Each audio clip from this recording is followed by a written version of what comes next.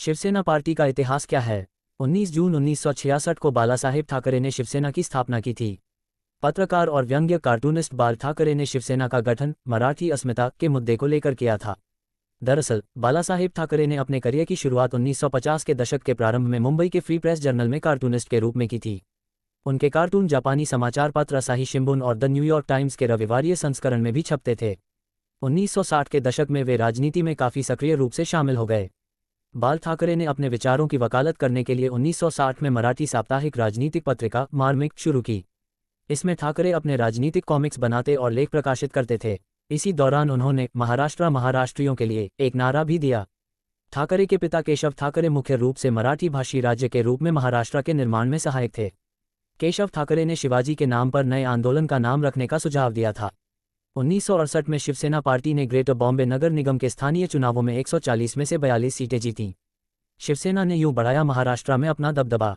धीरे धीरे भारत में एक मजबूत हिंदू समर्थक नीति के समर्थक बालासाहेब ठाकरे के नेतृत्व में शिवसेना महाराष्ट्र में एक प्रमुख राजनीतिक ताकत बन गई। हालांकि बाल ठाकरे ने कभी कोई आधिकारिक पद नहीं संभाला, न ही कभी चुनाव लड़ा, लेकिन वर्षों तक उन्हें महाराष्ट्र का शक्तिशाली व्यक्ति माना जाता था। 1995 में महाराष्ट्र में शिवसेना पहली बार सरकार में आई। शिवसेना पहली बार 1985 में मुंबई महानगरपालिका में सत्ता में आई।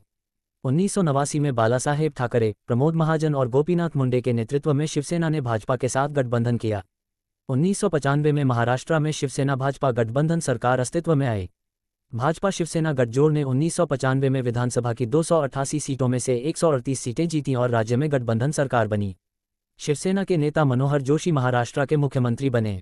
साथ ही 1999 में केंद्र में बनी अटल बिहारी वाजपेयी की सरकार में शिवसेना के मनोहर जोशी लोकसभा के अध्यक्ष थे।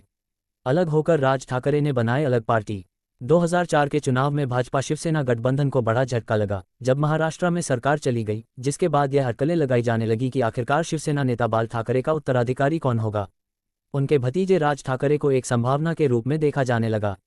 हालांकि बाल ठाकरे के बेटे उद्धव अंततः उत्तराधिकारी बने और 2003 में उन्होंने शिवसेना के कार्यकारी अध्यक्ष का पद संभाला। इसके बाद राज ठाकरे ने पार्टी छोड़ दी और 9 मार्च 2006 को मुंबई में महाराष्ट्र नवनिर्माण सेना की स्थापना की। उधर उद्धव ने शिवसेना का नेतृत्व जारी रखा। साल 2010 में पार्टी की वार्षिक दशहरा रैली के दौरान उद्धव के बेटे आदित्य ठाकरे को युवा सेना के प्रमुख के रूप में लॉन्च किया गया। 2014 के चुनावों में शिवसेना भाजपा गठबंधन टूट गया, लेकिन चुनावों के बाद शिवसेना भाजपा गठबंधन फिर से अस्तित्व में आया और उन्होंने महाराष्ट्र में सरकार बनाई। इसमें भाजपा के देवेंद्र फडणवीस मुख्यमंत्री बने। ठाकरे परिवार के सदस्य पहली बार चुनावी राजनीति में आए। पिछले विधानसभा चुनाव में ठाकरे परिवार के सदस्य आदित्य ठाकरे पहली बार चुनाव में अपनी किस्मत आजमाई। वह चुनाव लड़ने वाले ठाकरे परिवार के पहले सदस्य बन गए।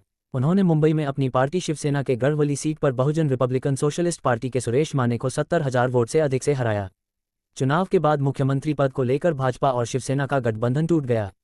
बदली सियासी परिस्थिति में उद्धव ठाकरे की शिवसेना ने शरद पवार की राष्ट्रवादी कांग्रेस पार्टी और कांग्रेस के साथ गठजोड़ किया। इस गठबंधन सरकार को महाविकास अघाड़ी कहा गया, जिसके मुख्यमंत्री उद्धव ठाकरे बने। नवंबर 2019 में शिवसेना प्रमुख उद्धव महाराष्ट्र के मुख्यमंत्री बनने वाले ठाकरे परिवार के पहले सदस्य हो गए। इससे पहले उद्धव ने कभी कोई चुनाव नहीं लड़ा था। मुख्यमंत्री बनने के बाद उद्धव 6 महीने के भीतर महाराष्ट्र विधान परिषद का चुनाव जीतकर आए। महाविकास अघाड़ी सरकार में उनके बेटे आदित्य को कैबिनेट मंत्री बनाया गया। अपने सहयोगी मंत्री की बगावत ने उद्धव की कुर्सी छीनी। 2022 में शिवसेना नेता और कैबिनेट मंत्री एकनाथ शिंदे ने उद्धव ठाकरे के नेतृत्व के खिलाफ बगावत की। उद्धव ठाकरे नवंबर 2019 से जून 2022 तक करीब 2.5 साल मुख्यमंत्री की कुर्सी पर रहे। जून 2022 में उनके ही कैबिनेट सहयोगी एकनाथ शिंदे की बगावत के बाद ठाकरे को मुख्यमंत्री पद से इस्तीफा देना पड़ा। 30 जून 2022 को मुख्यमंत्री एकनाथ शिंदे के नेतृत्व में नई सरकार ने शपथ ली। इस तरह से शिवसेना 2 गुटों में बंट गई, जिसमें एक का नेतृत्व उद्धव ने किया तो दूसरे का नेतृत्व एकनाथ शिंदे ने किया। अब की बार उद्धव ठाकरे के बेटे और भतीजे चुनाव मैदान में। महाराष्ट्र की सियासत में अहम स्थान रखने वाले ठाकरे परिवार के 2 सदस्य इस चुनाव में उतरे हैं। पूर्व मुख्यमंत्री उद्धव ठाकरे के बेटे आदित्य वली सीट से फिर से चुनाव लड़ रहे हैं। आदित्य शिवसेना यूबीटी के एक प्रमुख नेता और युवा सेना के अध्यक्ष हैं। इस चुनाव में पूर्व मंत्री का सामना पूर्व केंद्रीय मंत्री और राज्यसभा सांसद मिलिंद देवड़ा से है। देवड़ा एकनाथ शिंदे की अगुवाई वाली शिवसेना के टिकट पर मैदान में हैं। इसके अलावा महाराष्ट्र नवनिर्माण सेना मनसे ने राज ठाकरे के करीबी सहयोगी माने जाने वाले संदीप देशपांडे को अपना उम्मीदवार बनाया है। राज ठाकरे के बेटे पहली बार चुनाव लड़ रहे। मध्य मुंबई की माहिम विधानसभा सीट 3 सेनाओं के मुकाबले में फंस गई है। इस सीट से महाराष्ट्र नवनिर्माण सेना मनसे के मुखिया राज ठाकरे के बेटे अमित ठाकरे पहली बार चुनावी मैदान में उतरे हैं। भतीजे अमित के सामने पूर्व सीएम उद्धव ठाकरे ने महेश सावंत को उतारा है। वहीं भाजपा ने अमित ठाकरे को समर्थन देने का वादा किया है, जबकि उसकी सहयोगी एकनाथ शिंदे की अगुवाई वाली शिवसेना ने अपने मौजूदा विधायक सदा सरवणकर को मैदान में उतारा है।